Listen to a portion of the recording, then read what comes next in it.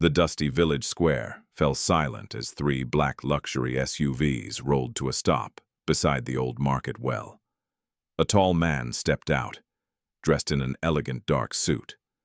No one recognized him at first, but across the crowd, a woman suddenly froze. Her breath caught in her throat. 20 years ago, she had walked away from this same village, leaving behind a poor carpenter and 5 little daughters she no longer wanted. Now the man she once called useless stood before the entire community as Tobi Oyeniyi, one of the richest businessmen in West Africa. And he was looking directly at her, like he had never forgotten. Before the story begins, tell me in the comments, which country are you watching from and what time is it there right now? And if you enjoy powerful African life stories like this one, don't forget to subscribe to the channel so you never miss the next story. 20 years earlier, long before anyone in the village had ever heard the name Tobi Oyeniyi spoken, with respect, the man lived a quiet life shaped by sweatwood shavings and stubborn determination. The village of Ayatoro, tucked deep in southwestern Nigeria, was not a place where dreams traveled very far. Most men farmed the red soil or repaired bicycles by the roadside. Women sold cassava flower tomatoes and smoked fish in the open market beneath wide mango trees. Tobi was known simply as the carpenter by the dusty road. His workshop was nothing more than a crooked wooden shed beside his small house. The roof leaked during the rainy season, and the door creaked like an old drum every time it opened. But inside that humble space, Tobi created beautiful things.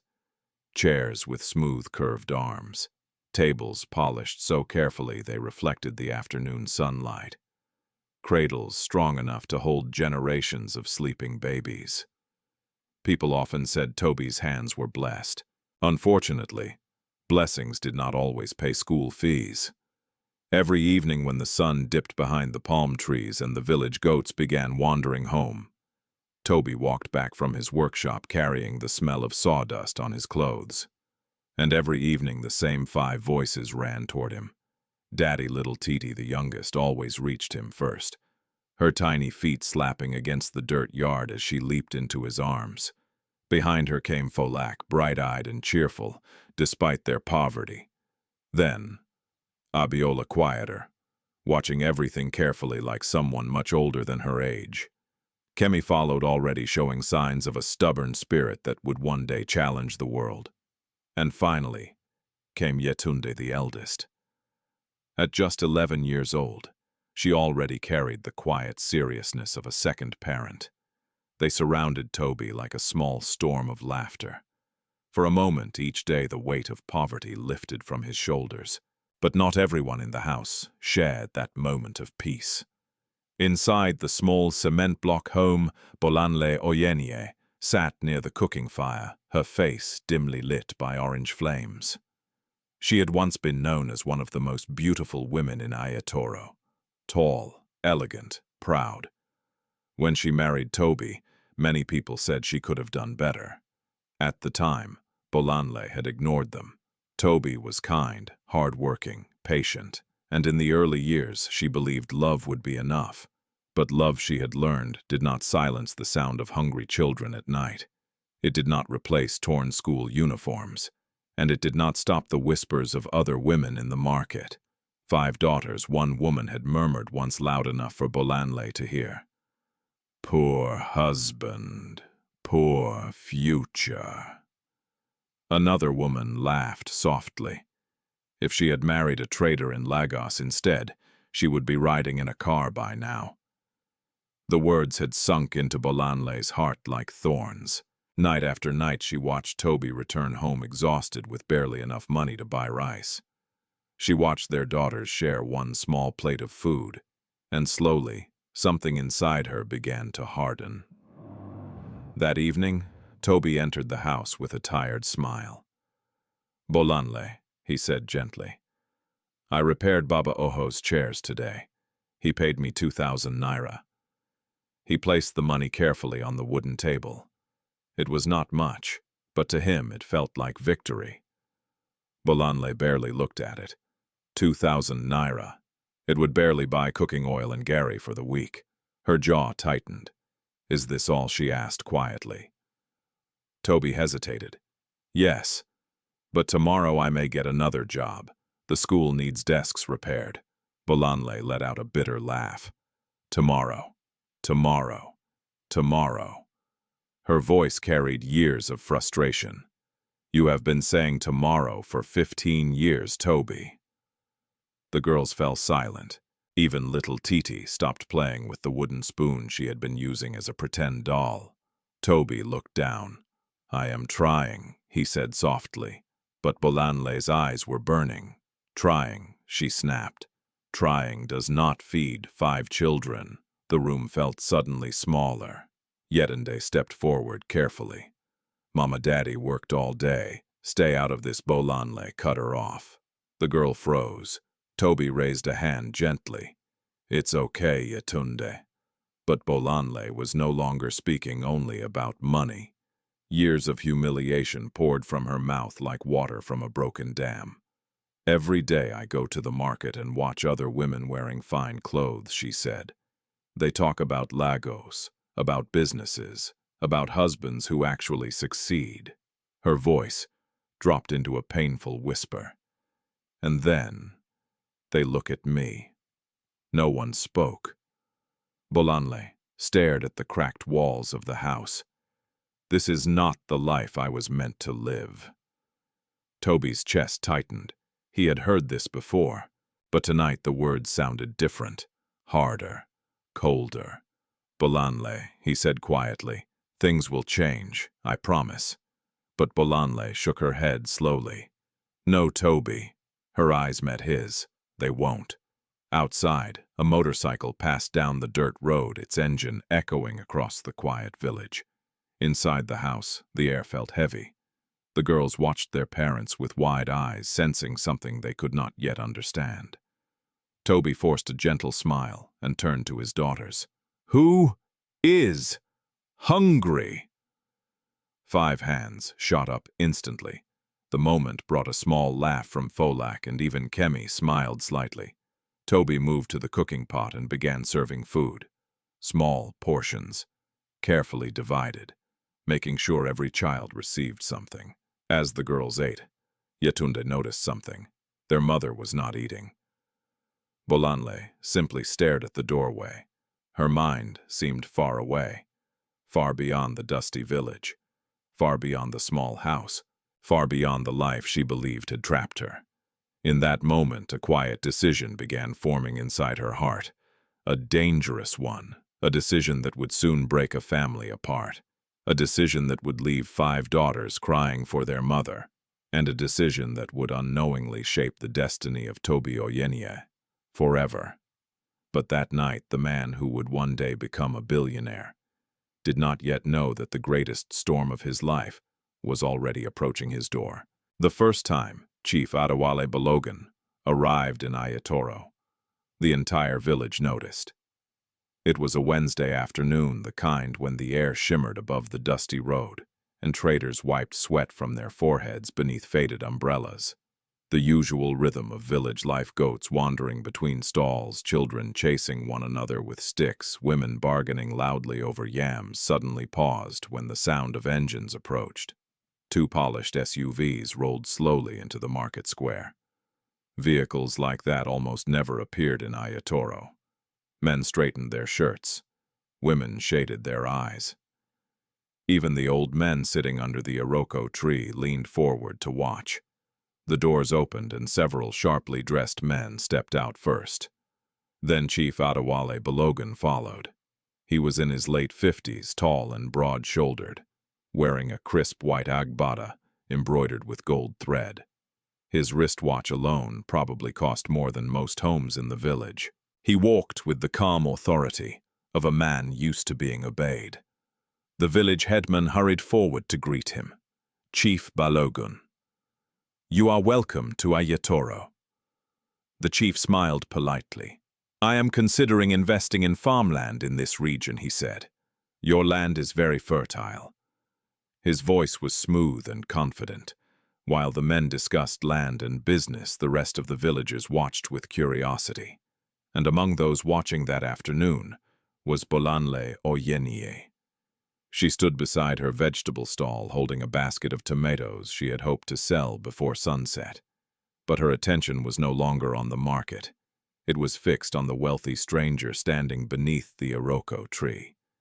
There was something about the way he carried himself, the way people leaned toward him, the way his shoes never touched dust, because one of his assistants always seemed to step ahead and guide his path.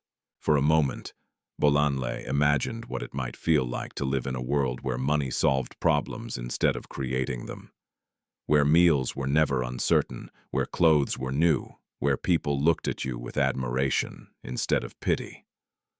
Her chest tightened. Behind her stall, two women whispered. "That is Chief Adewale Balogun," one said quietly. "He owns businesses in Lagos and Ibadan." The other woman shook her head in amazement.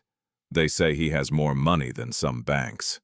Bolanle tried to look uninterested, but she felt a strange pull inside her. Later that afternoon, as the meeting between the chief and village leaders ended, Bolanle was packing up the few tomatoes she had not managed to sell. The sun had begun sinking low, painting the sky orange. Suddenly, a shadow fell across her stall. She looked up. Chief Adewale Balogun was standing in front of her. For a brief moment, Bolanle thought she must be mistaken, but the chief smiled warmly. "Good evening," he said.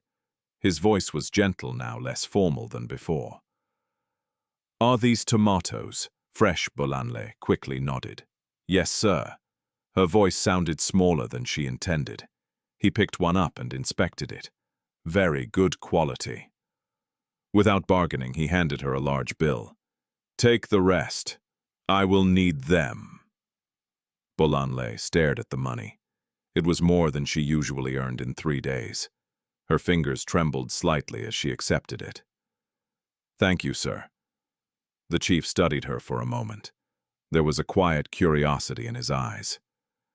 "You are not from Lagos," he said thoughtfully, "but you carry yourself like someone who belongs in the city."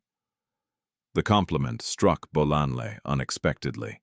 She lowered her eyes, embarrassed. "I have lived here all my life." Chief Adewale nodded slowly. "That is unfortunate." The words lingered in the air. Then he turned and walked back toward the waiting SUVs. But before entering the car, he glanced back at her one more time, and Bolanle felt something shift inside her heart. That evening, when Tobi returned home from his workshop, he found Bolanle unusually quiet. She prepared dinner without speaking much. The girls noticed the change immediately. "Mama, are you sick?" little Titi asked. Bolanle forced a smile. "No, my dear." But her thoughts were elsewhere. At one point during dinner, she asked casually, "Did you hear that a businessman came to the village today?" Tobi nodded. "Yes. Chief Adewale Balogun. He served more rice onto Abiola's plate before continuing. They say he may start farming projects here. That could bring jobs." Bolanle studied her husband's face. Tobi sounded hopeful, but the hope in his voice felt painfully small. The chief she had seen today moved through the world with a power Tobi had never known. Later that week, the SUVs returned. Then again, the week after. Each visit brought more meetings with village leaders, and each time, Chief Adewale seemed to find a reason to pass through the market. Eventually, he stopped directly at Bolanle's stall. "Your tomatoes again," he said with a smile. Soon the conversations grew longer. At first they were harmless. Questions about village life, about her children, about the struggles of living in a place where opportunities rarely came. But gradually the tone changed. "You are too intelligent for this place," the chief told her one afternoon. "You deserve more." Bolanle's heart beat faster. No one had ever spoken to her like that before. Not even Tobi. Weeks passed. Sometimes the chief brought small gifts, a silk scarf, imported chocolate for the children. Once, even a beautiful pair of shoes. Bolanle tried to refuse at first, But the gifts were tempting. They represented a world she had only imagined. One evening, as the sun set behind the village, Chief Adewale spoke more directly. "You should visit Lagos sometime," he said. Bolanle looked at him cautiously. "Why?" He smiled slowly. "Because life can be very different there." There was a pause. Then he added quietly, "A woman like you should not spend her life struggling." Bolanle did not respond. But inside her, something dangerous was growing. A dream, a possibility, a path away from the life she believed had trapped her. That night, she lay awake long after Toby and the girls had fallen asleep. The house was quiet except for the distant sound of crickets. She stared at the ceiling. For years, she had believed her life was already decided. Poor husband, poor home, 5 daughters, endless struggle. But now another life seemed to be whispering to her. A life filled with comfort, status, freedom. Outside, the wind rustled through the palm trees, and in the darkness, Bolanle made a decision she would not yet speak aloud.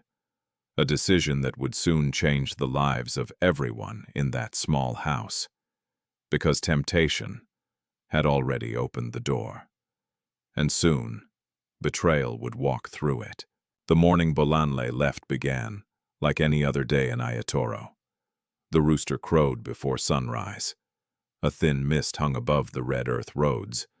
Women were already lighting cooking fires while the smell of boiling cassava drifted through the quiet village. Inside the small Oyeniyi house, Toby was the first to wake. He rose quietly so he would not disturb the children sleeping across the room on woven mats. For a moment he stood watching them. 5 daughters, 5 small lives that depended on him. Even in sleep they seemed peaceful. Little Titi had curled against Folak, clutching a worn cloth doll Toby had carved for her. Abiola slept with one arm across her eyes. Kemi lay sprawled sideways, stubborn, even in rest. And Yetunde, the eldest, slept lightly as if already learning the weight of responsibility. Toby smiled faintly. He stepped outside, splashed water on his face, and stretched his aching back. A new day meant another chance to work harder. Maybe today someone would need a table repaired. Maybe the school teacher would finally approve the desk order he had been hoping for. Maybe. When he returned inside, Bolanle was already awake. She stood beside the doorway, dressed in a simple wrapper and blouse, staring out toward the road. Something about her posture felt strange, too still, too distant. "Good morning," Toby said gently. She did not answer immediately. After a moment, she nodded. "Morning." Her voice sounded flat. Toby moved toward the cooking pot and checked the small amount of leftover rice. "We still have some food," he said. "I will go to the market later to buy beans." Bolanle turned slowly to look at him. For a second, her eyes softened. Then the hardness returned. "You say that every day." The words landed like stones. Toby said nothing. In truth, he had run out of responses long ago. Silence filled the room again. Eventually, the girls began waking up. Morning chaos followed quickly. "Mama, where is my uniform?" Kemi shouted. "Titi took my hair ribbon," Folak protested. Titi burst into tears. Yetunde tried to calm everyone. "Please stop shouting. Daddy is tired." For a few minutes, the house felt alive again. Children laughing, footsteps running, Toby tying school shoes. But Bolanle moved through the morning like a visitor in her own home. She watched everything quietly. Her daughters, her husband, the cracked walls, the patched roof, the small life she had grown to resent. After breakfast, Toby prepared to leave for his workshop. Before stepping outside, he turned back. "I may work late today," he said. "A farmer asked me to repair a cart." Bolanle nodded. "Okay." The girls gathered their school bags. "Bye," Mama Titi said happily. But Bolanle only forced a small smile. Then they were gone. The house fell silent. For a long time, Bolanle sat alone on the wooden bench near the doorway. Her heart was pounding. She knew what she was about to do, and yet she had not fully accepted it. Outside, the sound of an approaching vehicle broke the stillness. Bolanle's body stiffened. Through the open doorway, she saw a familiar black SUV, slowly stopping beside the road. Her breath caught. The driver stepped out. Then Chief Adewale Balogun emerged from the back seat. He adjusted his agbada and looked toward the house. Their eyes met. For a moment, neither moved. Then he walked toward her calmly. "Good morning, Bolanle." His voice carried confidence as always. Bolanle stood up slowly. "You came early. I told you yesterday," he said gently. "If you truly want to leave this place, today is the day." The words hung in the air. Bolanle's heart raced. 20 years later, she would remember that moment as the point where her life split into two paths. Behind her was the house, her daughters, the man who had loved her faithfully. Ahead of her was the car, the promise of Lagos, money, a different life. Chief Adewale studied her face carefully. "You do not belong in poverty," he said quietly. "You deserve comfort."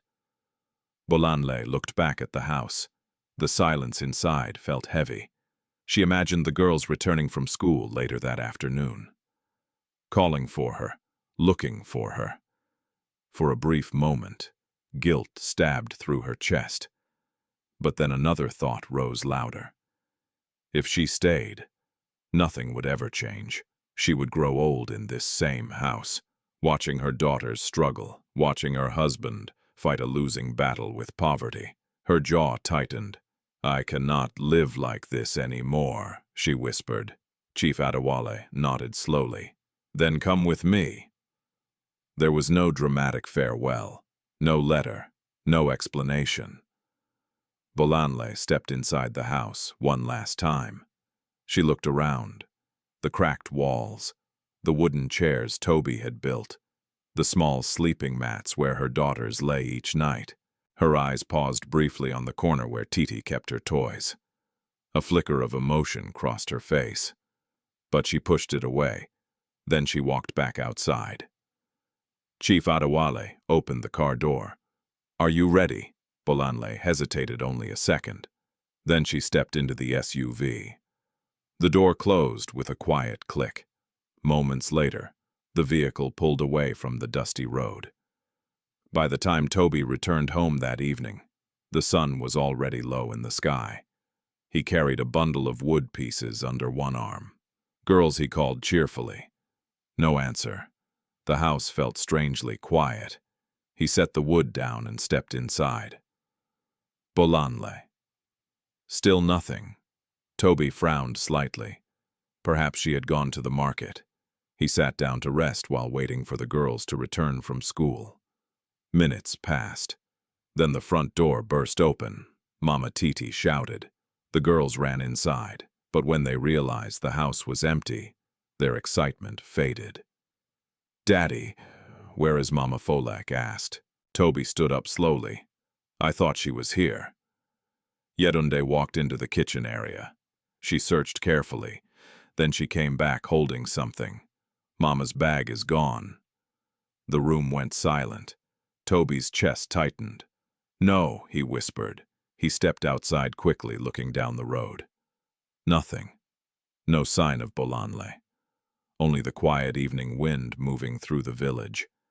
Behind him, Titi began crying. Mama left Kemi's face darkened. She wouldn't do that, but Yetunde already understood. Her eyes filled with tears. Tobi stood frozen. His mind refused to accept the truth. The woman he had built a life with, the mother of his daughters, the partner he believed would stand beside him through hardship. She was gone, and she had not even said goodbye.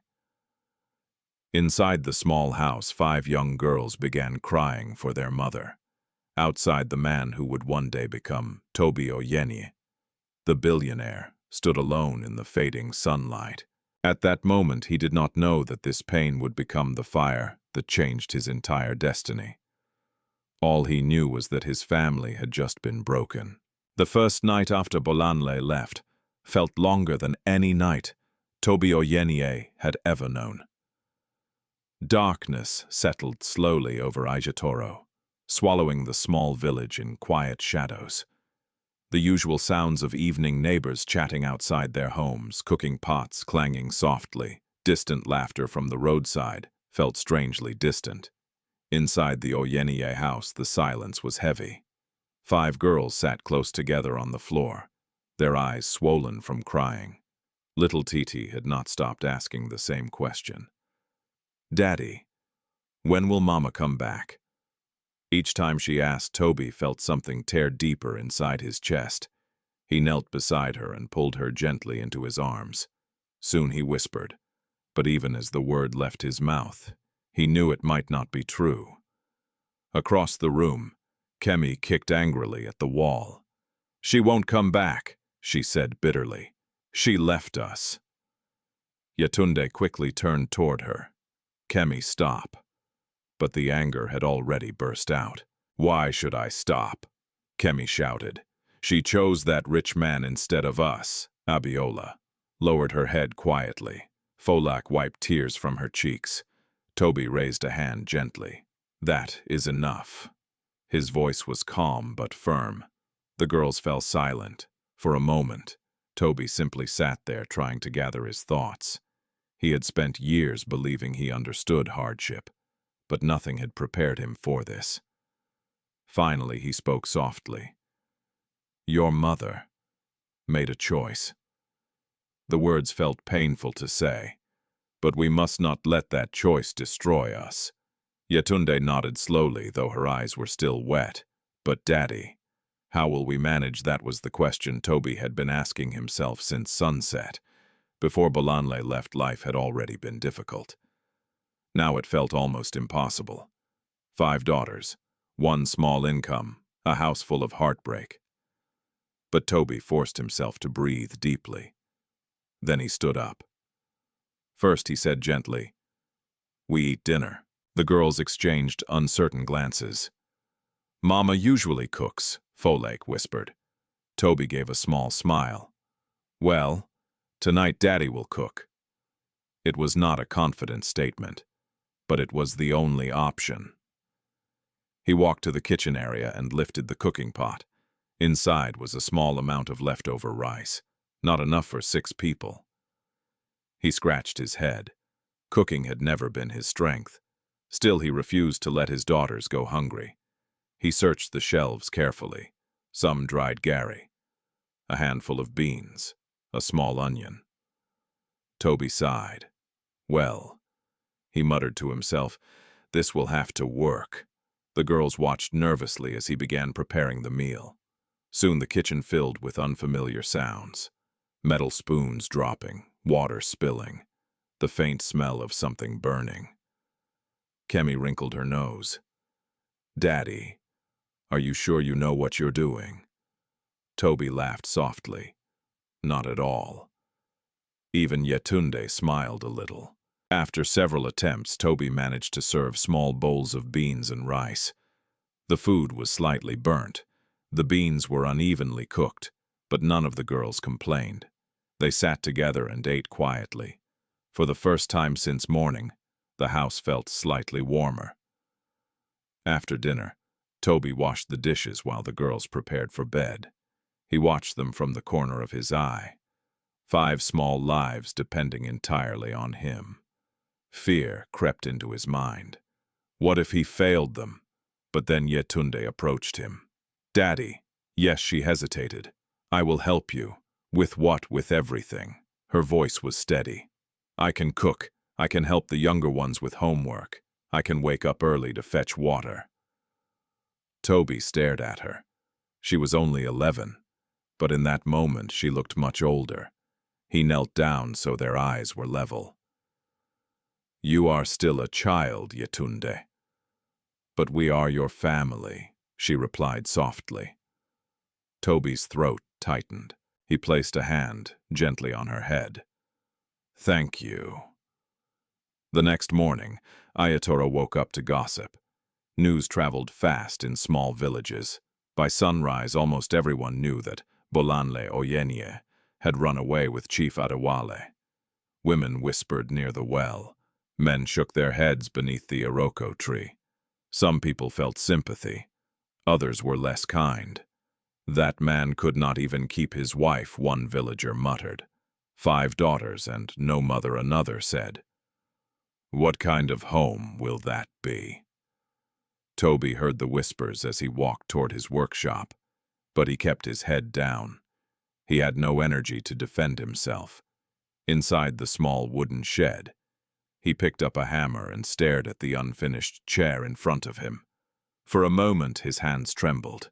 The pain in his chest was still raw. But slowly he began working, one nail at a time, one piece of wood at a time. Work had always been his refuge. Meanwhile, back at the house, the girls were adjusting to their new reality. Yetunde woke up early to prepare breakfast. The meal was simple, just Gary soaked in water. But she tried her best. Kemi helped braid Falak's hair. Abiola packed the school bags. Titi clung quietly to Yetunde's wrapper. Mama used to do this, she whispered. Yetunde paused. Then she hugged her little sister tightly. Yes, she said softly. But now we will help each other. When the girls arrived at school, the whispers followed them there too. Some children stared, others asked blunt questions. Did your mother run away? Is she living with the rich man now? Kemi nearly started a fight with one boy who laughed at them, but Yetunde held her back. Leave it, she said. We must stay strong. Days turned into weeks. Life did not become easier. But slowly, something unexpected began to grow inside the Oyeniyi household. Resilience. Tobi learned to cook better meals. Yetunde mastered household routines. The girls studied harder than ever. They refused to let shame define them. And though the pain of abandonment never fully disappeared, it slowly began transforming into something else. Determination. Late one evening, as Tobi closed his workshop, an elderly neighbor named Mama Aduni approached him. She carried a small basket of yams. You are doing well, Tobi, she said gently. He looked surprised. I am only surviving. Mama Aduni shook her head. No. She placed the basket into his hands. You are raising 5 daughters alone. Her eyes softened. That is strength. Tobi looked down at the yams. For the first time since Bolanle left, he felt something shift inside him. The pain was still there, but beneath it another emotion was beginning to grow. A quiet, stubborn resolve. He would not let his daughters grow up believing they had been abandoned by the world. He would become everything they needed. Father, mother, provider, protector. And though he could not see it yet, the long road of struggle ahead would slowly transform Tobi Oyeniyi into the man who would one day return to Ayatoro as one of the most powerful businessmen in West Africa. But for now, he was simply a father walking home in the dark, carrying a basket of yams, and carrying the fragile future of 5 daughters on his shoulders. Years passed in Ayatoro, the way seasons always had, quietly, steadily, without announcing the ways they changed people. At first, the villagers watched Tobi Oyeniyi and his daughters with a mixture of curiosity and pity. Some expected the family to collapse under the weight of abandonment. Others predicted the girls would grow bitter or reckless without a mother. But time slowly proved those predictions wrong. The Oyeniyi house did not fall apart. It adapted. The transformation began, quietly, with Yetunde the eldest. At 13, she had already stepped into responsibilities far beyond her years. She woke before sunrise every morning, sweeping the small yard and lighting the cooking fire, while the sky was still pale gray. She learned how to prepare simple meals from watching other women in the village. She braided her younger sister's hair. She washed clothes by the well, and every evening she helped them with schoolwork. Sometimes when she thought no one was looking, Yetunde allowed herself to cry. but never in front of the younger girls. She believed it was her job to be strong. Next came Kemi. Unlike Yetunde's quiet strength, Kemi's pain turned into anger. At school, she fought with classmates who mocked their family. At home, she argued with anyone who suggested they should feel ashamed. Once, when a boy in the village laughed and called them the daughters of the woman who ran away, Kemi punched him so hard he fell into the dust. The village elders scolded her. But that night, when Tobi asked why she had done it, Kemi lifted her chin defiantly. "Because nobody will insult our family again." Tobi sighed deeply. Then he placed a gentle hand on her shoulder. "Strength is good," he said, "but wisdom is better." Kemi did not fully understand his words yet. Still, she remembered them. Abiola, the third daughter, reacted differently. She became quiet, observant. While others spoke loudly, Abiola preferred to watch and listen. She often sat beside Tobi in the workshop after school, studying the way his hands shaped wood into furniture.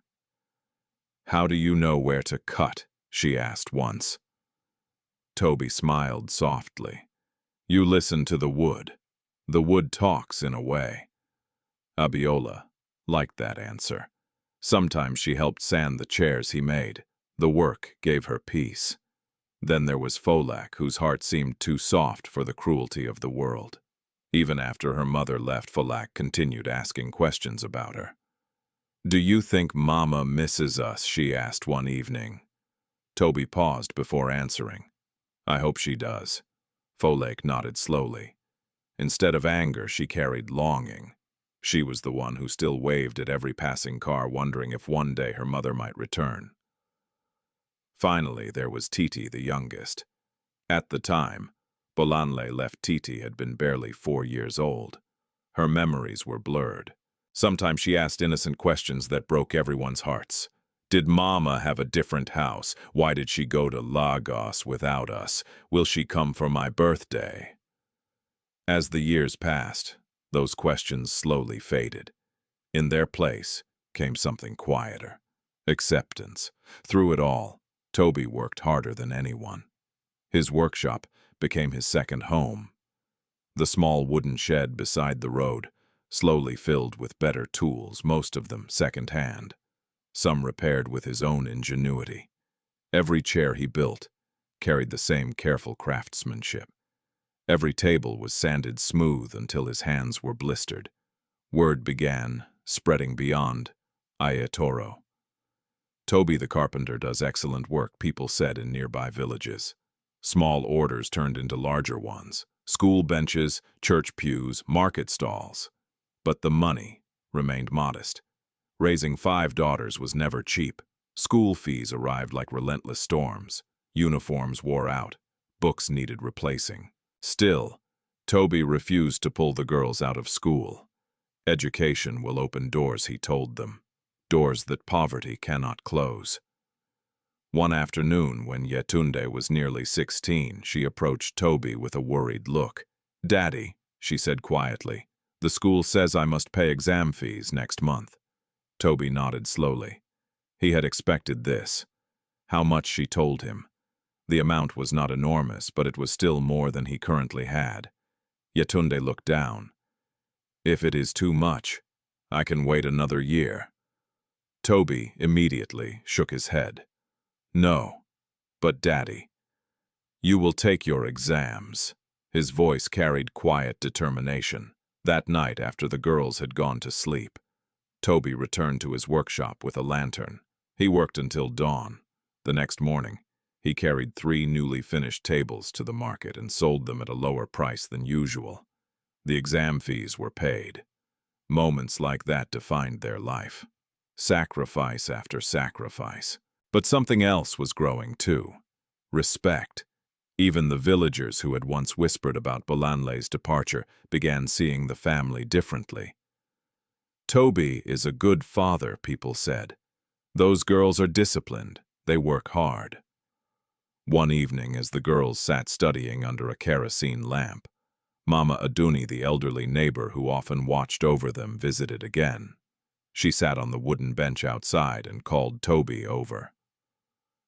"You know," she said thoughtfully, "your daughters will change the story of this house." Tobi smiled faintly. "I hope so." Mama Aduni studied his face. "You do more than most men could do." Tobi shook his head. "I am only doing what must be done." She laughed softly. "That is exactly why you are strong." Across the yard, the girls' voices drifted through the night air. They were arguing about a mathematics problem. Kemi insisted she knew the answer. Abiola disagreed. Yetunde tried to calm them both. Tobi listened to the familiar chaos. For a moment, he imagined what life might have been like if Bolanle had stayed. Maybe things would have been easier. Maybe the house would have been quieter. But strangely, he realized something. The pain she left behind had forced them to become stronger, closer, more determined. The 5 girls were growing into remarkable young women. And though none of them fully understood it yet, the discipline and resilience they were learning would one day shape their futures in ways no one in Ayatoro could imagine. Meanwhile, far away in Lagos, the woman who had abandoned them was living a very different life. A life filled with wealth, but slowly losing something far more valuable: peace. While the Oyeniyi household slowly rebuilt its strength in the quiet village of Ayatoro, life in Lagos unfolded very differently for Bolanle. At first, everything had felt like a dream. The day she arrived in the city with Chief Adewale Balogun, the world she entered seemed almost unreal compared to the life she had left behind. The house alone was overwhelming. It stood behind tall iron gates in the wealthy neighborhood of Ikoyi, surrounded by perfectly trimmed hedges and smooth marble walkways. The living room was larger than the entire house she had shared with Tobi. White leather sofas, crystal chandeliers, air conditioning humming softly through the walls. For the first few weeks, Bolanle walked through the house like someone exploring a palace. Servants brought her breakfast. Drivers waited to take her anywhere she wished. Her wardrobe filled with elegant dresses she had never imagined wearing. The first time she saw herself in the mirror, dressed in imported silk, she barely recognized the woman staring back. She told herself she had made the right decision. This was the life she had deserved all along. Chief Adewale treated her kindly in those early days. He took her to expensive restaurants. He introduced her to business associates and wealthy friends. "Meet Bolanle," he would say proudly. "A woman with great taste." The attention felt intoxicating. People admired her beauty. They complimented her elegance. No one in those rooms knew the woman they praised had once sold tomatoes in a dusty village market. But beneath the luxury, something began to feel strange. Chief Adewale had never asked her much about her daughters. At first, Bolanle avoided the topic herself. Thinking about them made her uncomfortable. Whenever the thought appeared in her mind, Yetunde's serious eyes, little Titi's laughter, she pushed it away. I had no choice, she told herself. I had to escape poverty. But the silence surrounding her past slowly became heavier. Months passed, then years. Gradually, Bolanle began noticing the other side of the life she had chosen. Chief Adewale was not a cruel man, but he was a powerful one. And powerful men often expected obedience. At social gatherings, he decided where she would sit, what she would wear, which friends were appropriate for her to speak with. "You must learn the ways of high society," he told her once. "Embarrassment is not acceptable." The words sounded polite, but the meaning was clear. Bolanle was expected to fit perfectly into the world he controlled. At first, she tried eagerly. She attended charity events. She practiced speaking English with a more polished accent. She studied the behavior of other wealthy women, but something always felt slightly off. Some women smiled at her warmly. Others looked at her with subtle curiosity. One evening during a dinner party, Bolanle overheard 2 guests whispering nearby. "That's the woman Chief Adewale brought from some village." "Really?" "Yes." I heard she already had children before he met her. Bolanle's stomach tightened. She kept her smile frozen, but the whispers followed her, long after the party ended. That night she sat alone in the large bedroom, staring at the city lights outside the window. For the first time since leaving Ayatoro, she wondered what her daughters looked like now. Had Yetunde grown taller? Did Kemi still argue about everything? Did Titi still hold that wooden doll? The memories made her chest ache, but she quickly pushed them aside. There was no going back. Her life now existed in Lagos. Years passed. The luxury remained, but the excitement slowly faded. Chief Adewale became busier with his businesses. Sometimes he traveled for weeks without explanation. Other times he returned home late, exhausted and impatient. Their conversations grew shorter, more formal. Bolanle began feeling less like a partner and more like an accessory in his carefully arranged life. One afternoon, during a visit to a shopping mall in Victoria Island, she ran into a woman she recognized from Ayatoro. The woman stared at her in shock. Bolanle froze. "Yes, you are really living in Lagos now." The woman's voice carried a mix of amazement and judgment. "I heard what happened back in the village." Bolanle forced a polite smile. "People talk too much." The woman shrugged. "Well, your husband and daughters are still there." The words landed like a stone in Bolanle's chest. Before she could respond, the woman added quietly, "They say Tobi is raising them alone." Bolanle felt the air leave her lungs, but she quickly straightened her shoulders. That was his choice. The woman studied her carefully. Then she nodded and walked away. For the rest of that day, Bolanle could not focus on anything. Tobi raising 5 daughters alone. The image refused to leave her mind. For the first time, doubt crept into her thoughts. Had she underestimated the strength of the man she left behind back in Ayatoro? The seasons continued changing. Tobi's daughters were growing into young women. Their house still stood. Their laughter still echoed through the yard. And slowly, something remarkable was beginning to take shape within that small family. But in Lagos, Bolanle's world was beginning to shift in another direction.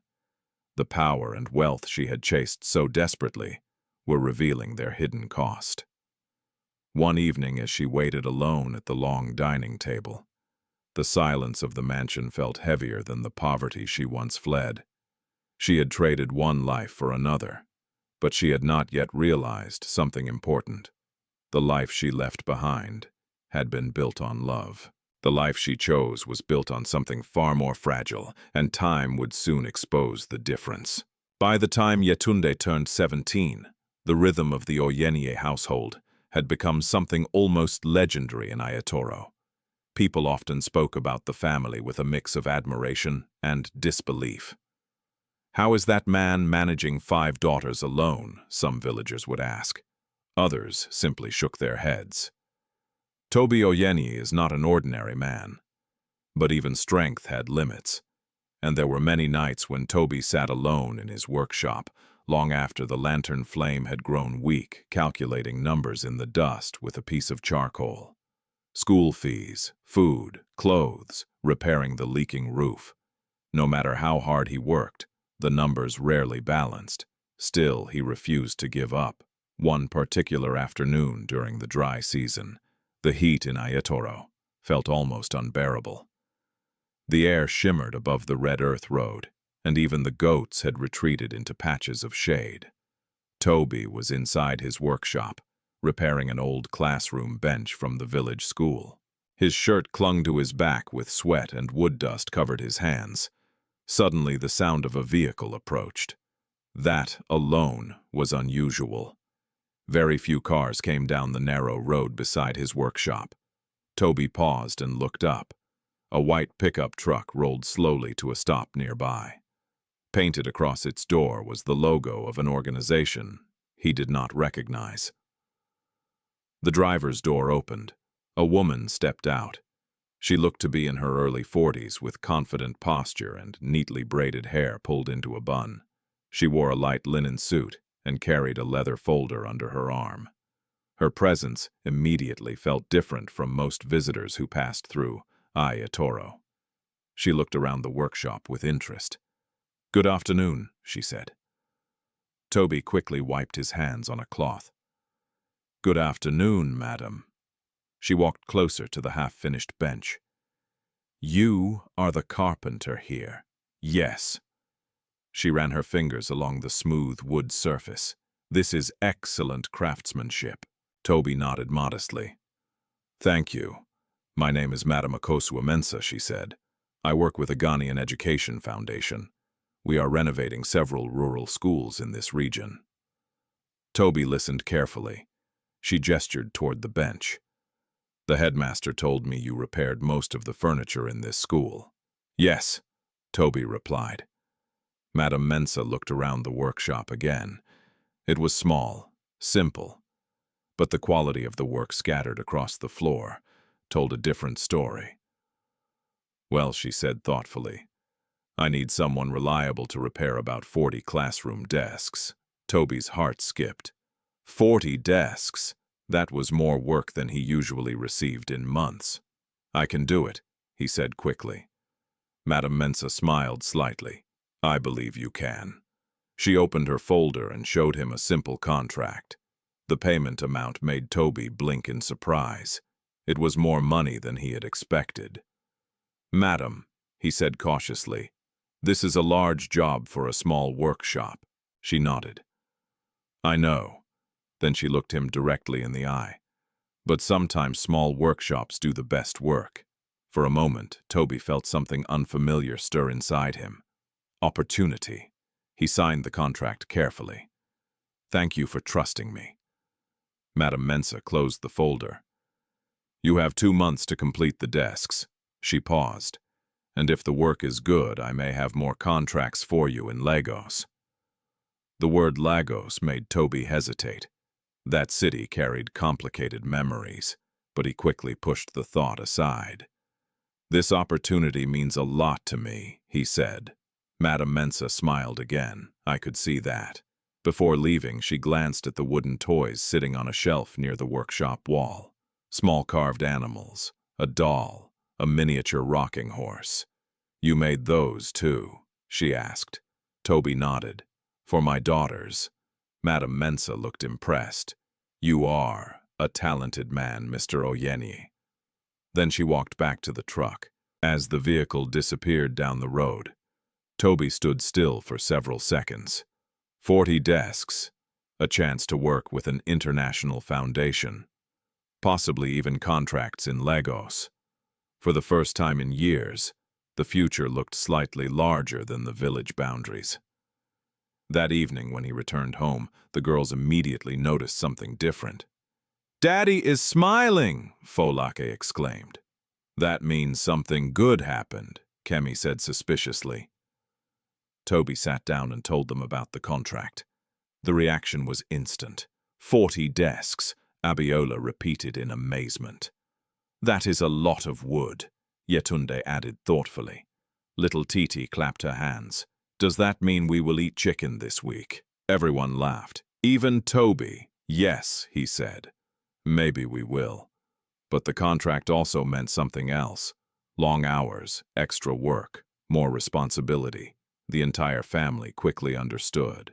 Over the next weeks, the Oyeniyi household transformed into a small production team. After school, the girls helped wherever they could. Abiola sanded wooden surfaces carefully. Kemi carried planks from the storage shed. Folake organized tools. Yetunde kept track of measurements. Even Titi helped by sweeping wood dust from the floor.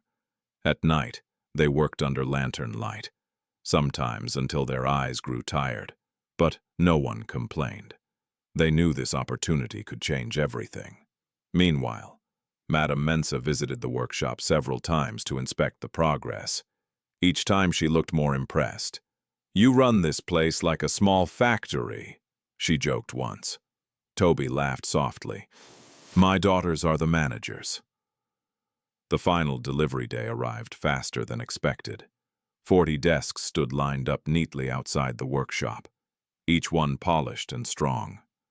Madame Mensa inspected them carefully. She tested the joints. She ran her hand across the surfaces. Finally, she nodded. "This is excellent work." Relief washed through Tobi. Then she handed him an envelope containing the final payment. But before leaving, she added something unexpected. "Our foundation also works with school suppliers in Lagos," she said. "We often need furniture in larger quantities." Tobi listened closely. "If you are willing," she continued, "I can recommend you to a company there." For a moment, he could not speak. This was not just another contract.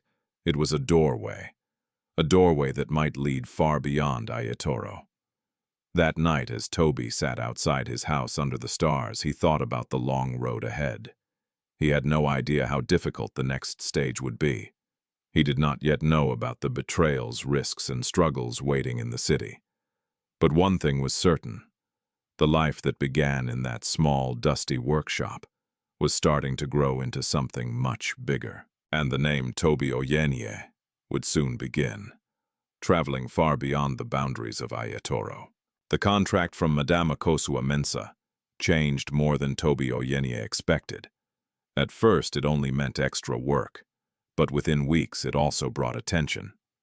Teachers from nearby villages began visiting his workshop to place small orders. Church leaders came asking for benches. A local trader even asked if Tobi could build wooden display shelves for a new shop. The tiny workshop that had once struggled to stay busy was now constantly filled with the sound of hammering, sawing, and sanding. But opportunity always arrived with new challenges. One evening, after finishing another order of school desks, Tobi sat at the wooden table outside the house with Yetunde. She had grown taller over the past year, her calm confidence now unmistakable. "Daddy," she said, pointing at the small notebook where he tracked expenses, "you cannot keep carrying wood from the market yourself." Tobi rubbed his tired shoulders. "I know. Transporting materials had become one of the biggest problems. The nearest lumber supplier was nearly 20 kilometers away. Each trip required hiring a motorcycle rider or pushing heavy loads by hand. It wasted time, and time meant money." Yetunde thought carefully. "What if we buy wood in Lagos?" Tobi looked up sharply. "Lagos? Yes," she continued. "That is where Madame Mensa said the bigger companies are." The idea hung in the air. Traveling to Lagos would be a huge step. But perhaps it was also the next necessary one. Over the following months, Tobi began making occasional trips to the city. The first journey was overwhelming. Lagos was nothing like Ayatoro. Cars filled every street. Tall buildings blocked the horizon. The air buzzed with endless movement. Tobi felt like a small fish swimming in a vast ocean.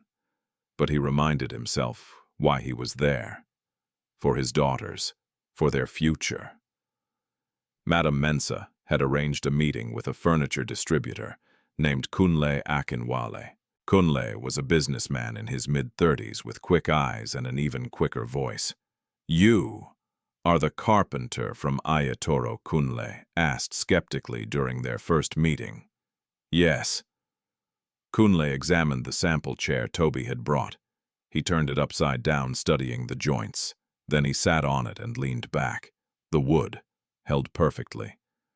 Kunle nodded slowly. "This is good work." Tobi felt relief. But Kunle added, "Quality alone is not enough in Lagos." Tobi waited. "You must deliver on time," Kunle continued, "and you must produce in larger quantities." Tobi hesitated. "My workshop is small." Kunle smiled slightly. "That can change." Within weeks, Kunle placed a modest order, 20 office chairs. For Tobi, it felt enormous. Back in Ayatoro, the entire household celebrated. 20 chairs, Folake exclaimed. "That is bigger than the school desks," Abiola said. Even Kemi looked impressed. "You are becoming a real businessman now, Daddy." Tobi laughed softly. "Not yet. But inside he felt something growing. Confidence. The next months were some of the hardest of his life. To complete the order, Tobi had to hire 2 young apprentices from the village. He worked longer hours than ever before. Many nights he slept inside the workshop. Yetunda managed the household. Abiola and Folak continued helping with sanding and polishing. Even stubborn Kemi learned how to assemble chair legs. Little Titi became the official quality inspector, proudly pointing out scratches. "Daddy, this one is not smooth." Tobi would laugh and fix it. Finally, after weeks of effort, the chairs were ready. Transporting them to Lagos proved another challenge. Hiring a truck cost almost all of Tobi's remaining savings, but he took the risk. When Kunle inspected the shipment, he nodded approvingly. "You delivered on time." Tobi waited nervously. Kunle smiled. "Let's do more business." That moment felt like standing at the edge of a new world. But success never came smoothly. As orders increased, so did the risks. One partner in Lagos tried to delay payments. Another supplier sold him poor quality wood. At one point, a shipment of chairs arrived damaged because a driver had overloaded the truck. Each setback threatened to destroy everything he had built. One night after a particularly difficult trip to Lagos, Tobi returned home, looking exhausted. He sat silently at the table, while the girls watched him with concern. "What happened?" Yetunde asked. Tobi rubbed his forehead. "We may lose the next contract." Kemi slammed her hand on the table. "Because of that dishonest supplier." "Yes." Silence followed. Then Abiola spoke softly. "We cannot give up." Everyone turned toward her. She rarely spoke so firmly. "You always tell us that hardship is a teacher," she continued. "Maybe this is another lesson." Tobi looked at his daughters. They were no longer small children. Each one had grown stronger through struggle, and somehow their belief in him felt stronger than his belief in himself. The next morning, Tobi returned to Lagos, determined to fix the situation. He met with Kunle again. This time he spoke with confidence. "I will replace the damaged chairs," he said. Kunle studied him carefully. "That will cost you money." "I know, but I will not break my promise." Kunle leaned back in his chair. Then he smiled slowly. "That is why I like working with you, Tobi." He extended his hand. "Let's continue." Over the next several years, the small workshop expanded into a larger operation. Tobi rented a bigger workspace near the highway. More workers joined. Orders grew. School furniture, office desks, hotel beds. Eventually, the name Oyeniyi Furnishings began appearing on invoices across Lagos. But through every step, one thing remained constant: the 5 daughters who had grown beside him. They studied hard. They supported the business. They never forgot the years when survival itself had been uncertain. One evening, as the family sat together outside their now larger house, Titi asked a question that made everyone laugh. "Daddy," she said proudly, "are we rich now?" Tobi looked around at his daughters, the laughter, the strength, the life they had rebuilt together. Then he smiled. Not yet. But deep inside, he knew something important. The road they had started walking years ago was leading somewhere far beyond anything the villagers of Ayatoro had ever imagined. And one day the world would know the name Tobi Oyeniyi. Success rarely arrives with a single dramatic moment. For Tobi Oyeniyi, it came gradually, layer by layer, year after year, built on discipline, sleepless nights, and the quiet determination that had carried him through his darkest days. By the time Yetunde graduated from secondary school, the small workshop in Ayatoro had already grown beyond its original walls. The old wooden shed where Tobi once worked alone had become too small to handle the increasing orders coming from Lagos. After many months of careful saving and planning, Tobi made one of the biggest decisions of his life. He moved the business, not completely, but enough to begin a new chapter. He rented a modest warehouse on the outskirts of Ibadan, a bustling city that stood halfway between Lagos and the villages of southwestern Nigeria. The space was nothing glamorous. The concrete floor was cracked.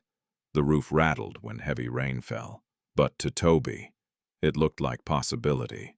Above the metal entrance door, a new sign was installed, Oyeniyi Furnishings. The day the sign went up, the daughters stood outside staring at it. Kemi crossed her arms proudly. "Daddy, this is a real company now." Tobi chuckled. Not yet, but the truth was clear. The man who had once struggled to repair broken stools was now running a growing furniture business. The warehouse soon filled with the sounds of industry. Electric saws buzzed. Workers carried planks of wood across the floor. Orders were written on large chalkboards. Tobi hired carpenters, polishers, and delivery drivers. He insisted on one rule above all else: quality first. Every piece of furniture had to meet his standards, even if it meant working through the night.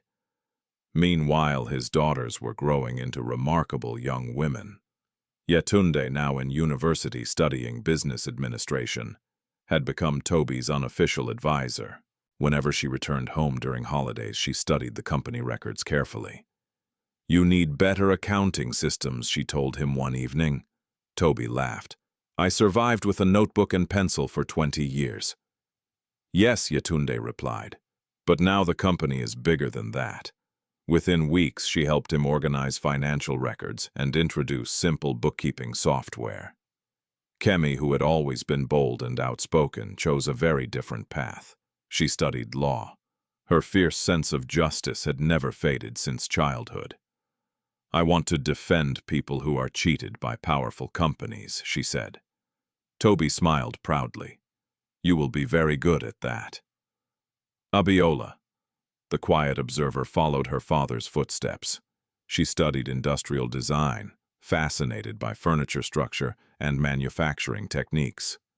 Whenever she visited the factory, she walked through the production line with a notebook sketching improvements. "Daddy," she said once, "we can design chairs that use less wood but are stronger." Tobi listened carefully. Her ideas were often brilliant. Folake, whose gentle heart had always noticed other people's pain, pursued education. She wanted to become a teacher. "I want children in villages like ours to believe they can succeed," she explained. Tobi nodded. "That dream is worth everything." And then there was Titi, the youngest. She was still in secondary school, but already showed signs of sharp intelligence. Titi loved numbers. Mathematics came easily to her. "I will run the finances of the company someday," she announced confidently. Everyone laughed, but Tobi secretly believed she might. Despite the success surrounding them, one subject was rarely discussed: their mother. For years, Bolanle's name had slowly faded from everyday conversation. At first, the girls had asked questions. Then they had expressed anger. Eventually, they simply stopped mentioning her. Not because they had forgotten, but because the wound had healed enough to leave a scar instead of an open pain. One evening after returning from the factory, Tobi sat quietly on the veranda watching the sunset. The sky above Ibadan glowed orange and purple. Beside him, Yetunde joined him with 2 cups of tea. "You are thinking again," she said. Tobi smiled faintly. "Am I that obvious?" "Yes!" She handed him the cup.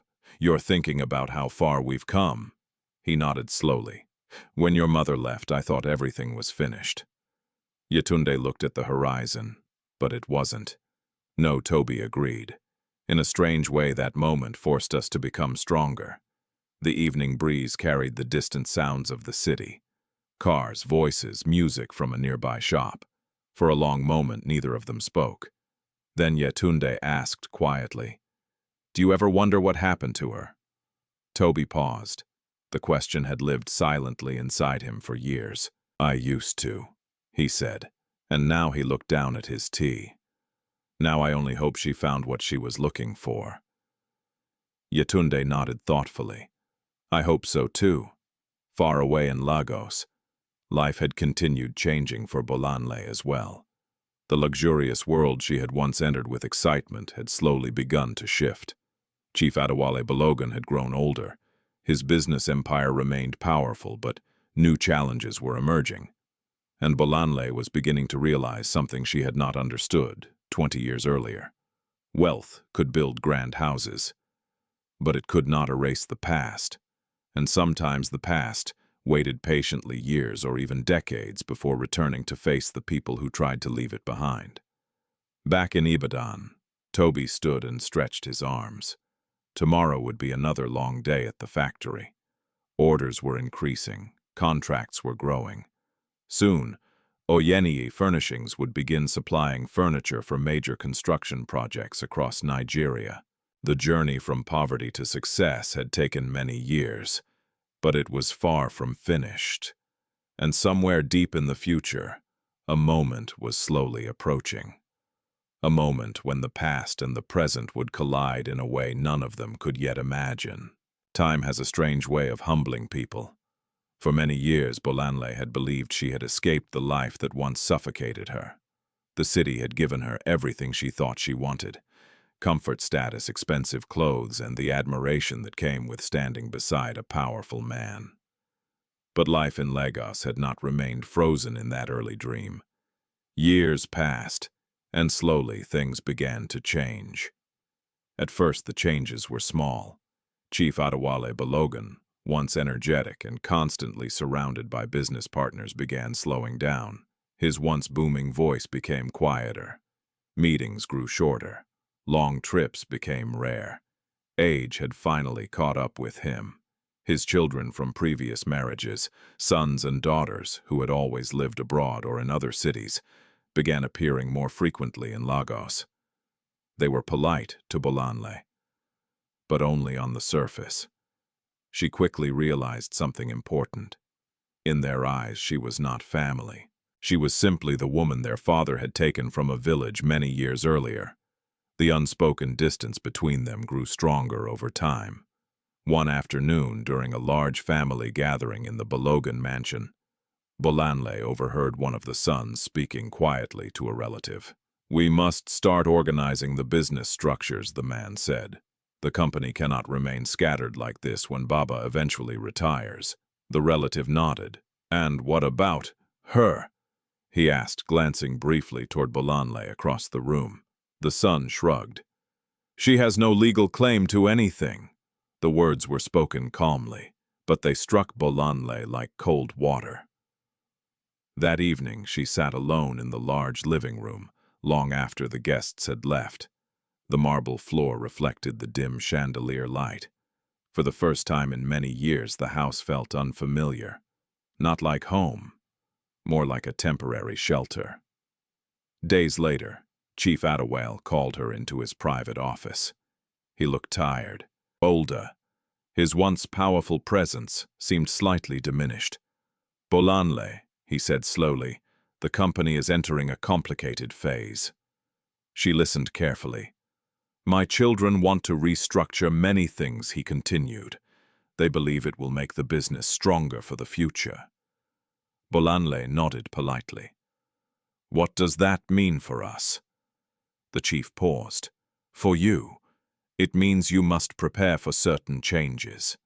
Her stomach tightened. "What kind of changes?" He leaned back in his chair. "You will always be comfortable," he assured her. "But the business itself will be controlled by my family." Bolanle forced a calm expression. "I understand." But deep inside, unease began growing. In the months that followed, the atmosphere inside the Balogun household shifted noticeably. Lawyers began visiting frequently. Financial meetings took place behind closed doors. Documents were signed. Shares were reorganized. One morning, Bolanle overheard two of the daughters speaking near the staircase. "She has lived here long enough," one said. "Yes," the other replied. "But once Baba is gone, things will be different." They stopped talking when they noticed Bolanle nearby, but the message had already been delivered. Then one rainy evening, The inevitable happened. Chief Adewale Balogun suffered a severe stroke. The house that had once echoed with social gatherings suddenly filled with tension. Doctors arrived. Nurses moved quietly through the corridors. Family members gathered from across the country. Bolanle stayed close to his bedside during the first few days, despite everything she had shared many years with the man. But gradually the situation changed again. His children took control. They made decisions. They handled the doctors. They discussed business matters. And Bolanle noticed something painful. No one asked for her opinion. Weeks later, when Chief Adewale passed away peacefully in the hospital, the entire Nigerian business community mourned. Newspapers published long tributes. Television channels reported on his achievements. The funeral was enormous. Politicians attended. Business leaders delivered speeches. But for Bolanle, the days after the funeral were the most revealing. Within weeks, the restructuring of the estate began. Lawyers returned. Documents were reviewed. Property ownership was clarified. Then, one afternoon, the eldest son invited Bolanle to a private meeting. He spoke politely, but his tone carried finality. "My father made arrangements to ensure you will be taken care of," he explained. He slid a folder across the table. Inside were documents granting her ownership of a modest apartment in another part of Lagos and a small monthly allowance. Compared to the wealth of the Balogun Empire, it was a tiny fraction, but it was legal, final. "You must move within 2 months," he said calmly. Bolanle stared at the papers. The mansion she had lived in for nearly 2 decades was no longer hers. The world she had entered so confidently years earlier was quietly closing its doors. She nodded slowly. "I understand." Within weeks, she moved into the new apartment. It was comfortable, but it felt strangely empty. The silence inside its walls reminded her of something she had tried to forget for many years. Loneliness. One evening, while walking through a local market, Bolanle overheard 2 traders discussing a news story on the radio. "Did you hear about that businessman from Ibadan? Which one, Oyeniyi?" "Something." Bolanle stopped walking. Her heart skipped. "What did they say?" "They said his furniture company just signed a huge contract with an international construction firm." The other trader laughed. "People say he might soon become one of the richest manufacturers in the region." Bolanle felt the ground shift beneath her feet. "Oyeniyi." "Yes," the trader replied casually. "Tobi Oyeniyi." The name echoed in her mind. For several seconds she could not breathe. The poor carpenter she once abandoned. The man she believed would remain trapped in poverty forever. He was now a successful businessman, maybe even rich. That night, Bolanle sat in her quiet apartment staring out the window. For the first time in 20 years, memories she had buried deep inside began rising to the surface. 5 daughters, a small house, a man who had never stopped working, and a decision she had once believed would save her life. Now she wondered if that decision had actually cost her everything. 20 years had passed since the day Bolanle walked away from the dusty road in Ayatoro. In those 2 decades, the world had changed in ways few villagers could have imagined. But perhaps no transformation was more astonishing than the journey of Tobi Oyeniyi. What began as a small carpentry business had grown steadily into a respected manufacturing company. Oyeniyi Furnishings was no longer just a workshop serving villages and small towns. It had become a major supplier for schools, office complexes, hotels, and housing developments across several Nigerian states. The Ibadan warehouse had expanded twice. Then a second factory opened near Lagos. Then another production center followed. With each step forward, Tobi remained the same quiet, disciplined man who once sanded chairs in a leaking wooden shed. But the world around him had begun to recognize his success. Business magazines wrote about him.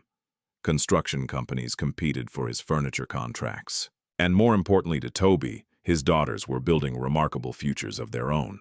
Yerunde had graduated from university and now served as the company's chief operations manager. Her sharp business instincts helped modernize the company's systems, bringing order to a growing enterprise.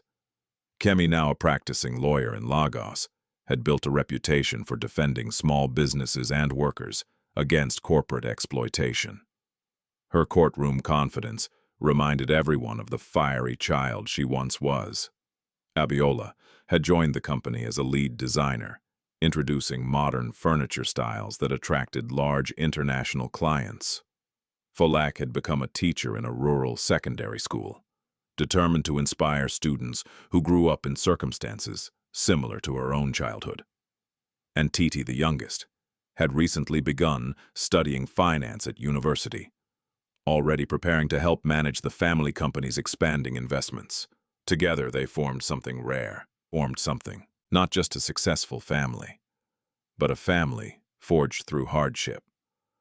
One afternoon in the spacious boardroom of the Ibadan headquarters, the 5 daughters gathered around a long wooden table made from the company's finest oak. At the head of the table sat Tobi.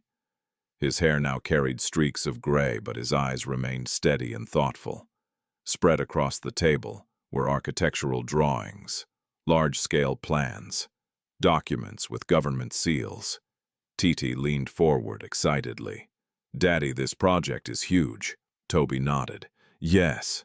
Yerunde adjusted her glasses as she studied the plans. "A vocational academy." Abiola looked impressed. "For girls." Tobi folded his hands calmly. "Yes." The room fell quiet as he began explaining. "For many years," he said, "I have been thinking about the girls who grow up in villages like Ayatoro." He paused. "Girls who are told their futures are small."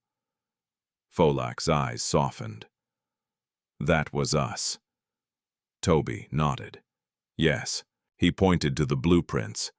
"This academy will teach practical skills, carpentry, design, accounting, engineering basics."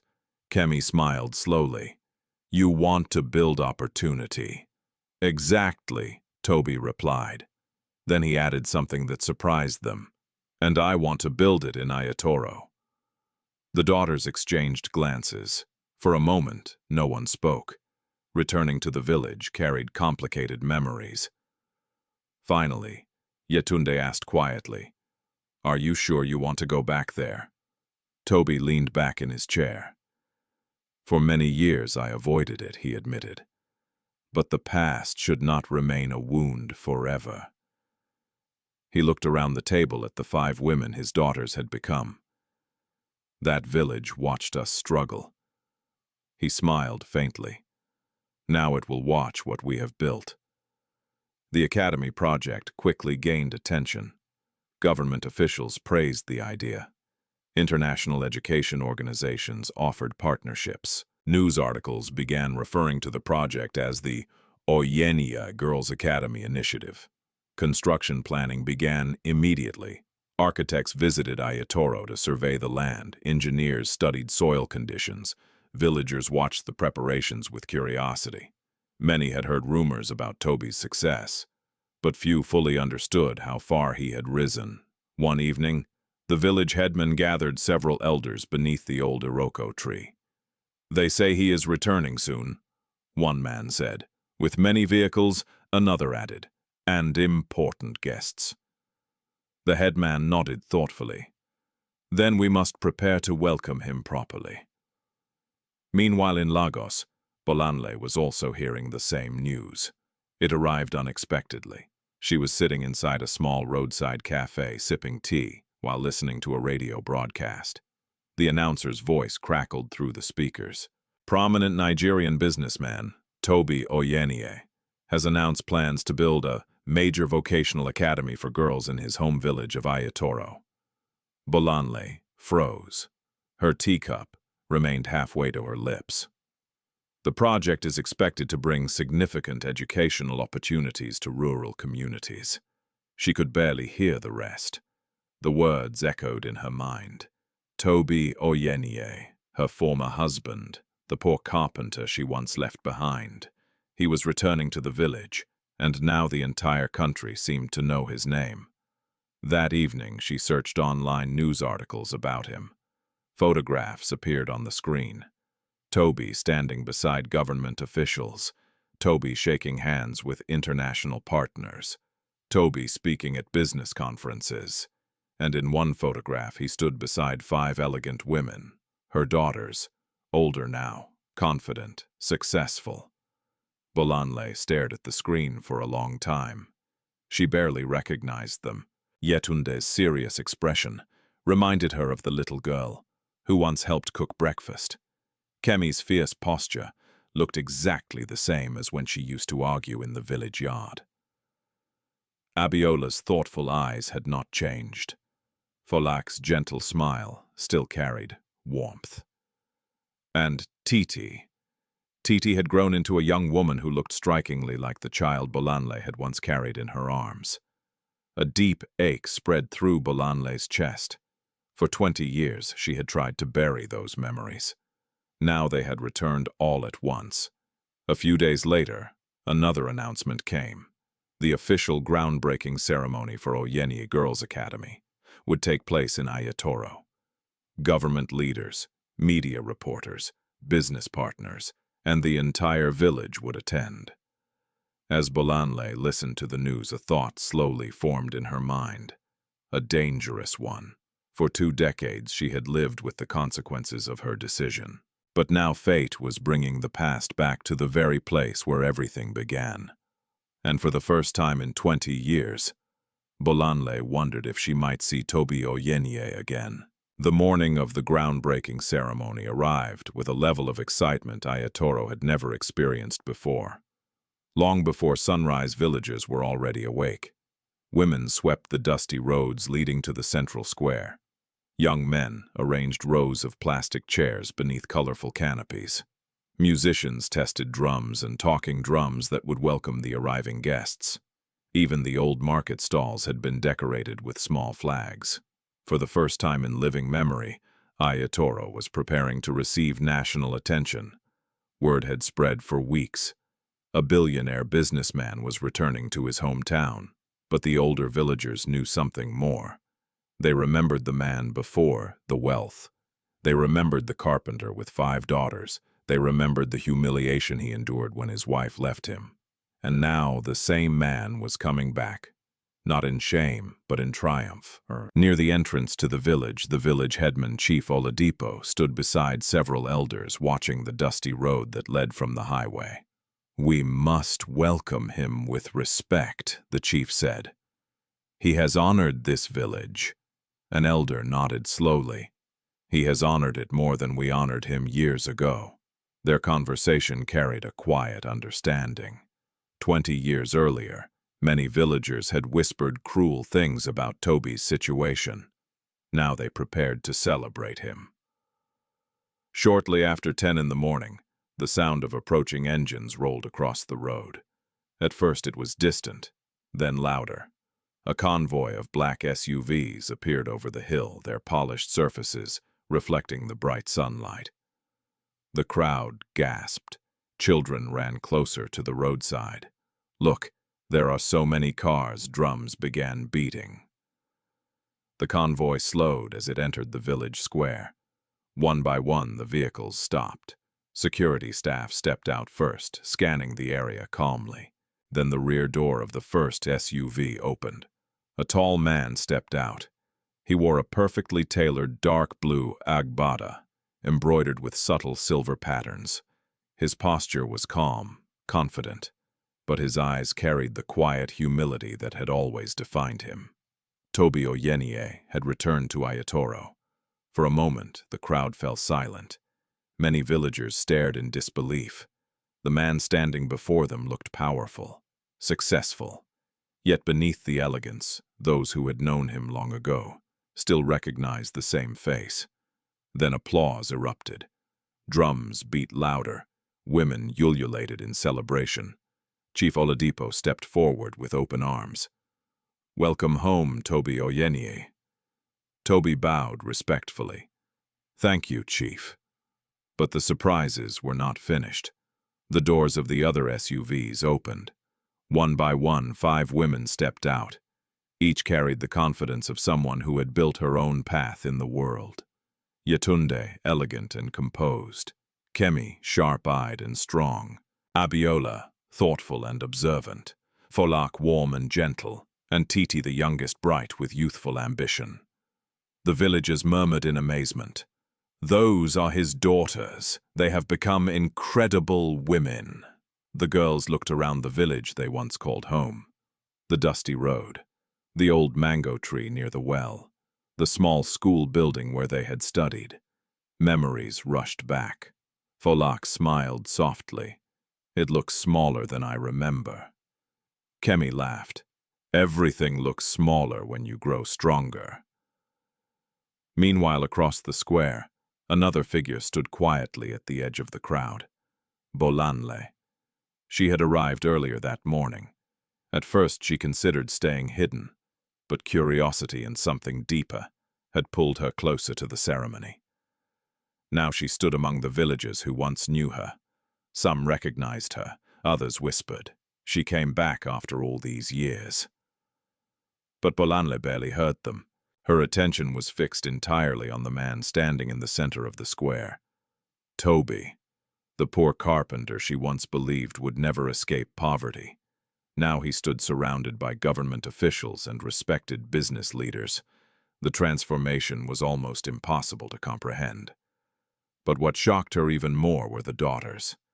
5 girls she had left behind as children, now standing tall beside their father, successful, confident, whole. A painful realization slowly formed inside her chest. They had survived without her. The ceremony began soon after. Government representatives delivered speeches about education and development. Journalists took photographs. Local leaders praised Tobi's vision for rural empowerment. But Tobi's own speech was simple. He stepped forward to the microphone, looking out at the crowd, at the familiar faces, at the village that had shaped his earliest struggles. "My journey did not begin in a boardroom," he said calmly. "It began here." He gestured toward the dusty ground, in a small workshop where I built chairs with my own hands. The crowd listened closely. "I built them because my daughters needed food." He paused. "And because I believed hard work could change our future." His voice softened. "But this academy is not about my story." He looked toward the 5 women beside him. "It is about the potential of every girl who grows up in villages like this one." Applause rose through the square.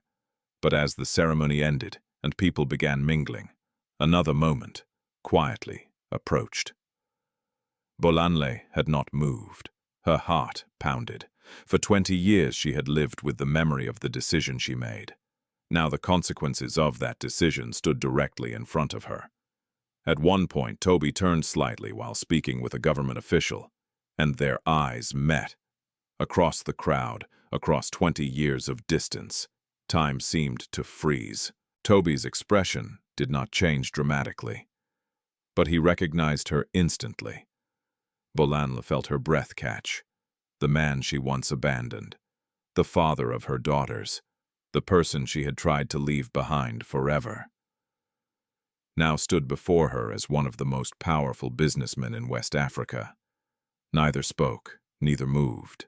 But in that silent moment, the past finally returned to face them both. And soon, the confrontation that had been waiting for 20 years would begin. For several seconds after their eyes met, neither Tobi nor Bolanle moved. The noise of the ceremony continued around them. People chatting, reporters adjusting cameras, villagers congratulating the Oyeniyi family. But for the 2 of them, the world seemed to narrow into a single silent moment. 20 years of distance stood between them. Memories neither had spoken aloud. Choices neither could undo. Tobi broke the silence first.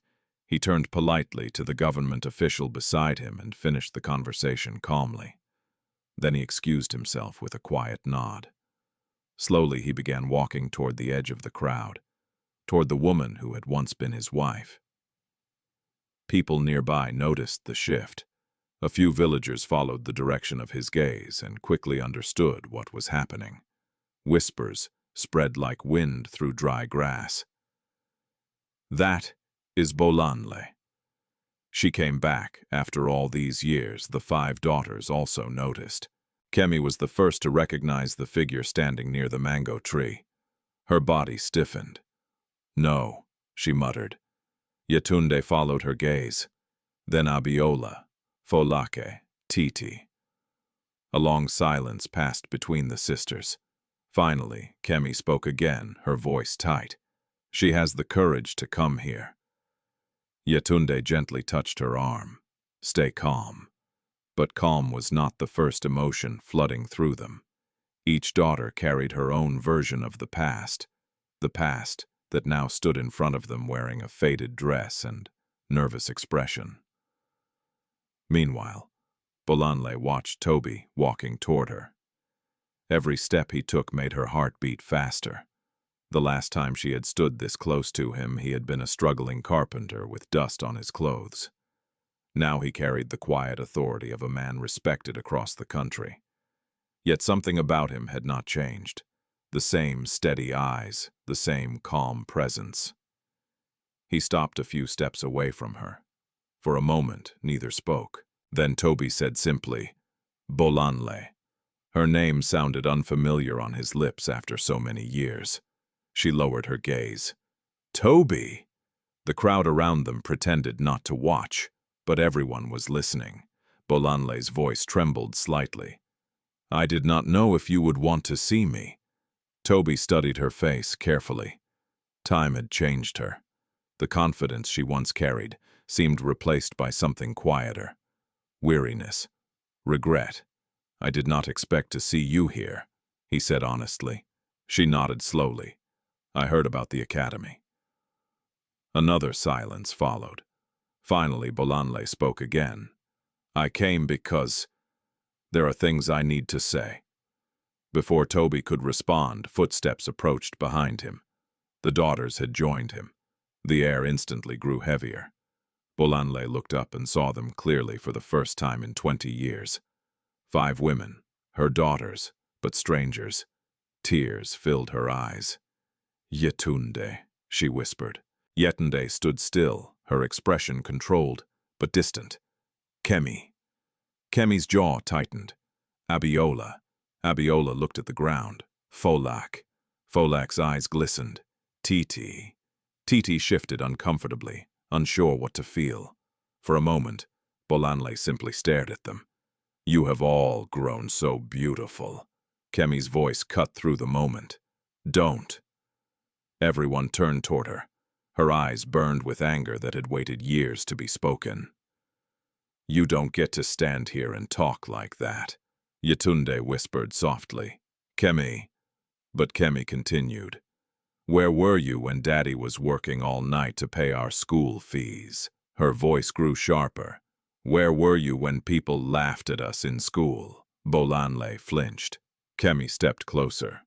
"Where were you when Titi cried every night asking why her mother left?" The crowd around them had fallen completely silent. Even the drums had stopped. Bolanle tried to speak. I made mistakes." "Mistakes," Kemi repeated bitterly. "You didn't forget your keys. You abandoned us." Tears rolled down Bolanle's cheeks. "I thought I was escaping a life of suffering." Kemi laughed harshly. "And we were the suffering." Before the argument could escalate further, Tobi raised his hand calmly. "That is enough." His voice was not loud, but it carried authority. Kemi fell silent, though her anger remained visible. Tobi turned toward Bolanle. "You said you came to speak." She nodded slowly. "Yes." Her voice trembled again. "I have spent 20 years thinking about the day I left." She looked at the daughters. "I thought wealth would bring happiness." Her gaze dropped, but it only brought loneliness. No one interrupted. "After Chief Adewale died, everything changed," she continued. "I realized, too late, what I had lost." She took a deep breath. "I know I cannot undo what I did." Her voice cracked. But I hoped, maybe, I could ask for forgiveness. The word hung heavily in the air. Each daughter reacted differently. Yetunde remained quiet, her thoughts complicated. Kemi crossed her arms defiantly. Abiola looked conflicted. Folake wiped tears from her face. Titi simply looked confused. Finally, Tobi spoke. Forgiveness is not a simple word. He looked toward his daughters. They carried the consequences of your decision. Then he returned his gaze to Bolanle. And so did I. The silence that followed felt endless. For 20 years this confrontation had waited. Now the moment had arrived. And the decision that came next would determine whether the past remained a wound or became something else entirely. The silence, after Bolanle asked for forgiveness, seemed to stretch across the entire village square. No one moved. Even the wind that usually carried dust along the road seemed to pause. For 20 years, the past had been quietly waiting for this moment. Now it had arrived. All eyes turned to Tobi Oyeniyi, the man who had once stood humiliated in this same village after his wife walked away. The man who had raised 5 daughters alone. The man who now carried the influence and respect of a billionaire. But in that moment, wealth meant nothing. What mattered was the decision he would make. Tobi looked at Bolanle carefully. Her shoulders were slightly hunched.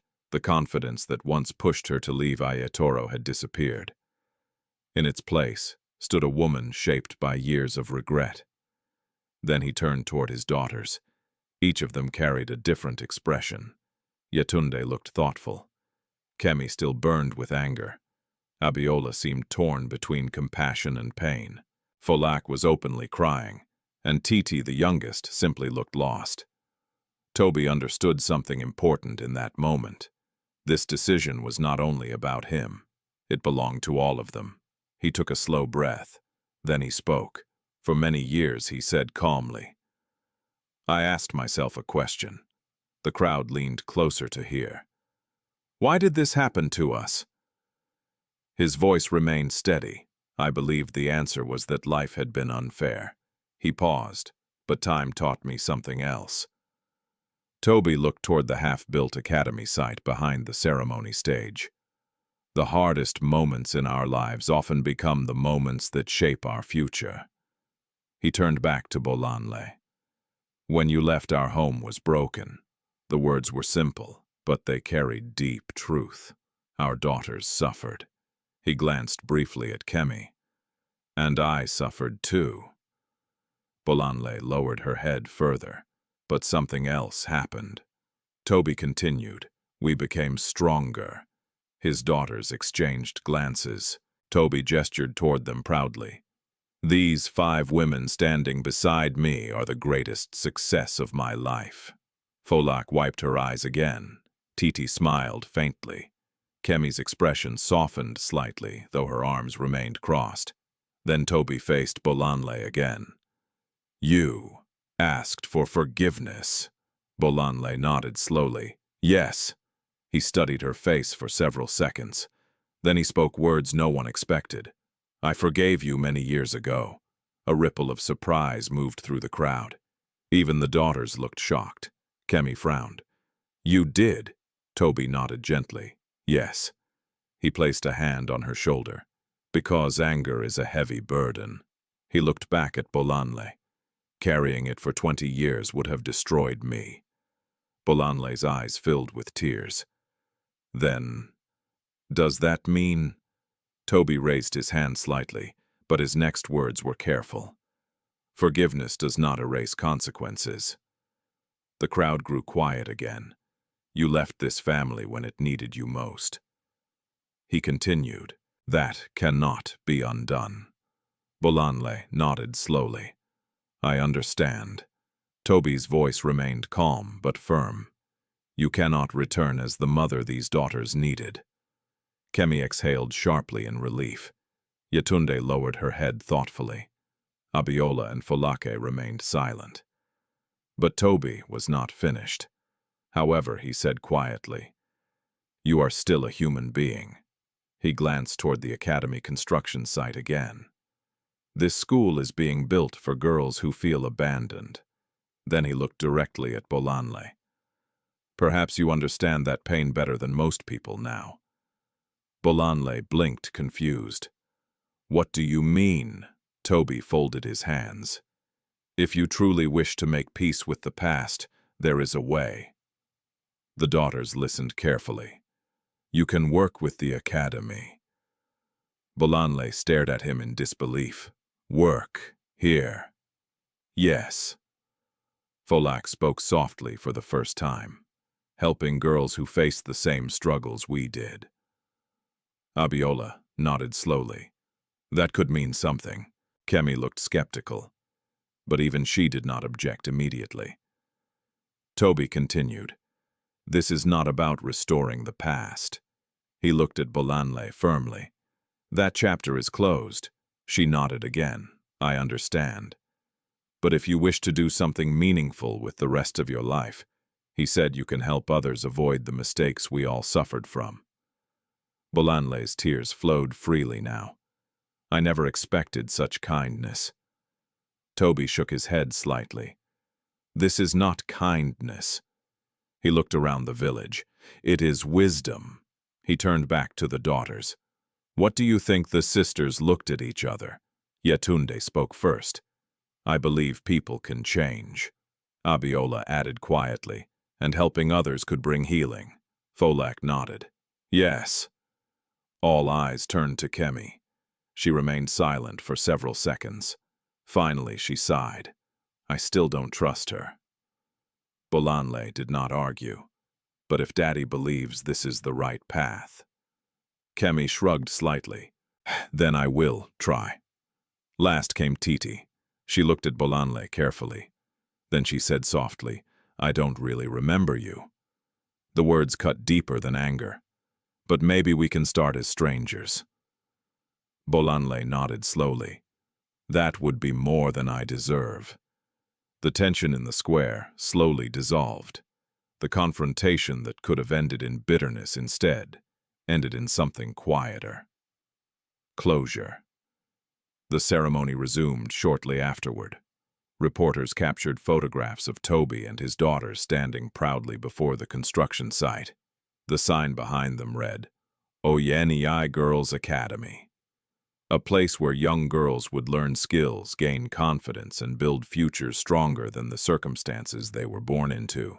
And as the sun began setting over Ayetora, Tobi looked at his daughters and realized something profound. The greatest revenge against pain was not success, it was transformation. Life has a way of testing the strength of the human heart. Sometimes those tests come through poverty, betrayal, or abandonment. For Tobi Oyeniyi, the greatest pain he ever faced became the foundation of his greatest purpose. When Bolanle left, it seemed like the end of his family story. But it was actually the beginning of something far greater. Through patience, discipline, and love for his daughters, Tobi turned hardship into opportunity. He did not allow bitterness to define him, and because of that choice, 5 girls who once faced uncertainty grew into strong women capable of changing the world around them. The story also reminds us of another truth. Mistakes can follow us for many years, but regret can also become the first step toward redemption. Bolanle could never return to the life she abandoned. Yet she was given the chance to transform her regret into something meaningful, helping other girls avoid the same pain. Real justice is not always revenge. Sometimes real justice is growth, it is healing, it is building something better than what once existed. If this story touched your heart, tell us in the comments. Do you believe people who make painful mistakes deserve a second chance? And also let us know, which country are you watching from today? Your stories matter too. Don't forget to like this video, subscribe to the channel, and share this story with someone who believes in resilience, family, and hope. Because sometimes the greatest success is not becoming rich. It is becoming the kind of person who turns pain into purpose.